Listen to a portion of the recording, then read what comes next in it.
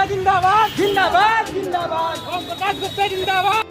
सारण शिक्षक निर्वाचन क्षेत्र चुनाव के नामांकन के अंतिम दिन कुल 5 नामांकन हुए, जिनमें महात्मा गांधी केंद्रीय विश्वविद्यालय मोतिहारी के assistant professor doctor Om Prakash Gupta ने भी नामांकन किया।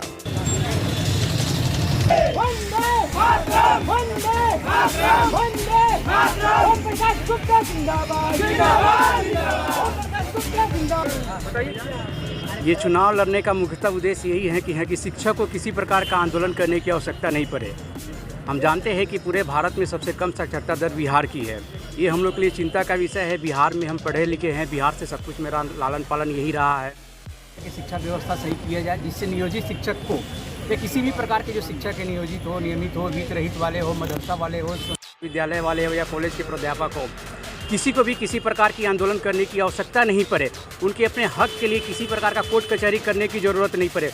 उनका जो मांग है सरकार को माननी चाहिए और उनके साथ किसी भी प्रकार का विभेदीकरण नहीं होना चाहिए। नियोजित और नियमित में जिस प्रकार का उन्होंने विभेद करके रखा है वो पूरी तरीके से न्याय तर्क नहीं है। उनके साथ गलत है कि यहाँ की जो नियोजित काम कराने के लिए आप दोनों को एक समान मानते हैं कि यहाँ की नियमित वाले भी वही काम करेंगे, नियोजित वाले भी वही काम करेंगे, लेकिन आप सैलरी देने में, बाकी और सारे फैसिलिटी देने में आप उनके साथ विभेद करते हैं, उनके साथ डिस्क्रिमिनेशन करते हैं। तो ये सारी चीज़ें नहीं होनी चाहिए। जो उनका अभी जो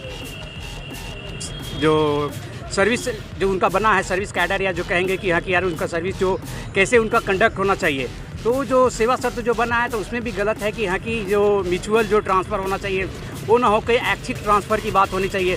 छुट्टी का उसमें प्रावधान होना चाहिए, स्टडी लीव का प्रावधान होना चाहिए। ये सारे बहुत सारे प्रावधान जो है जो शिक्षक हित में है वो नहीं है। वो जनरली जो वो प्रावधान है जो सरकार के हित में है। शिक्षा या शिक्षक जो समाज है उसके हित में नहीं है। हमारा प्रथम दायित्व तो यही है कि यहाँ की शिक्षा को और शिक्षक को उचित मान सम्मान दिए, ताकि उनको किसी भी प्रकार का अवहेलना या अपमान या उनका तिरस्कार उनको नहीं सहना पड़े। देखिए, सारे लोग वादे करते हैं और सारे लोग जब सत्ता में जाते हैं तो भूल जाते हैं। ये मेरा शुरुआत है और मैं अभी केंद्रीय विश्वविद्यालय मोतिहारी में हूँ, सहायक प्रोफेसर के पद पे हूँ। तो मुझे राजनीति में आने का मकसद सिर्फ यही था कि यहाँ की शिक्षा को उचित न्याय मिले।